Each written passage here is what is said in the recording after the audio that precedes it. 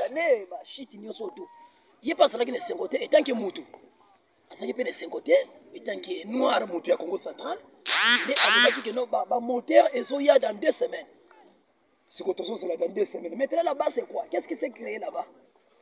Tozali na AT na biso AT awa AT de Rose. AT. Tango ba uta ki kuna na ngambo. Mais c'est Alfred Ngomales. Oui, mais c'est Alfred Ngomales. Tango ba uta na ngambo ba ye après na meeting ya le gouverneur. Akomi awa akatisi akena likolo place avant de mon staff nde akendaki kozwa mbongo abengisi respecteur ya mbongo oyo azwaka mbongo na baki ayebisi apesa mbongo c'est dans les 300 quelque chose apesa ye mbongo wana comme ça asala oyo ayebisi raison parce que jusque là il n'a pas dit pourquoi il a eu cet argent azwi mbongo na bamiso bazoloba ono po akotisa na nani na kesi ya Kadeko alongola ngo na mission ni tutu mais moi ba divergence information ezobima mais c'est qu'on a entendu de lui-même muto oyo akenda kozwa mbongo akendaki kozwa mbongo wana après akenda ngo na cité jusqu'à maintenant sans suite siko sans suite wana batutu bakamwe eza lokola gérant azoteka sikoyo ce n'est pas la femme ya gérant. Ce n'est pas le papa au patron, soit madame au patron, mais moi, on a patron, à côté de ma magasin, à Zumbongo, et c'est un peu de définir ça. Si quand il y a un mbongo nyonso et pas ya mutuana oyo à Salakanabak, et puis langage grave à yebisiye, que ce qu'on peut se mbongo te, la soutien de la police bakangayo. C'est ce qui est vrai. C'est ce qui est vrai. Je suis ici. Dans mon mutako de mentir en côté. Et tant qu'opposant, je dis que c'est ce qui est vrai. En tant que ce qui mbongo, on a yebisiye que nous a signé document accusé.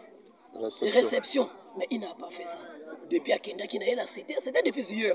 Akenda qui n'a avant. C'était autour de 16h17, 16h comme ça. Camion est matin qui n'a pas.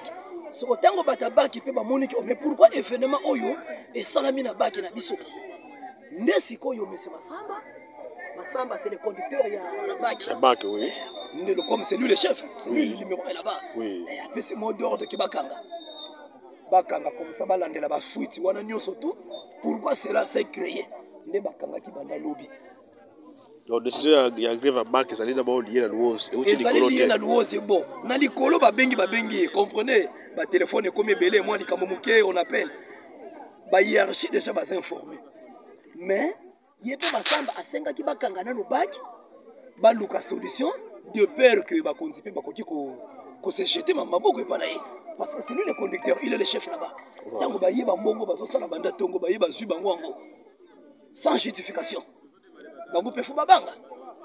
Donc c'est ce qui a fait que nos baki wana batele manano et Massamba a eu peur d'abord que nous peut-être ba ko landela ye négativement.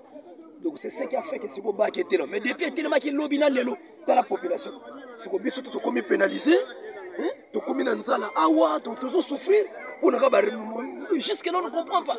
Depuis le matin qui peut se comprendre, il faut arrêter l'unité. Il faut qu'on banzala, il faut que malade, il fallait que soin, mais parce que il fallait camion, donc comprenez. On souffre ici. C'est un message il y a des moteurs Bon, message à des moteurs. Tant que société civile notable. Oui, merci pour la question. Moteur, 2 moteurs. Toyoki Angona Munoko, il y a notre gouverneur. Gimbal Péchaï, je salue en passant. Yende Moutapesi.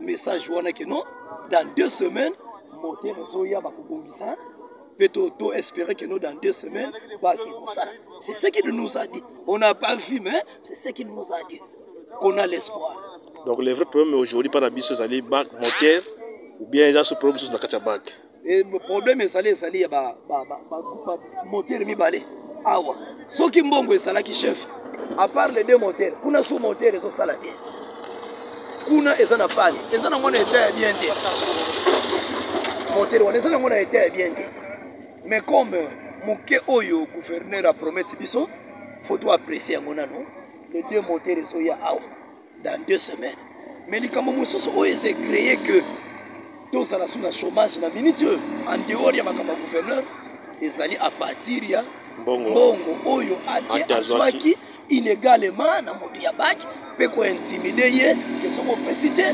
bakokanga yo alors nani capitaine ya Baki kuna Massamba de asenga ki bakanga na no Baki de peur que bakoki ko kanga ye parce que on a trouvé ça louche baluka nano vérité. Ok, tu vas dire qu'il y a boss, c'est parmi les grands notables, il y a cité territoire de l'Ozi. En tout cas, il y a des mingi, il y a boss, même moi, dans mon cas, il y a des andima qui ont micro, dans biso pote, aïe, biso polele, pour aller les grève, il y a bac, parce que tu es dans l'Ozi, tu as dit que grève, bac, c'est-à-dire qu'on s'en laté, depuis lobby n'a pas quoi, c'est parce que, tu vas s'en la parce que moi, parce que pour la nini, tu es là, mon frère, il y a boss, merci.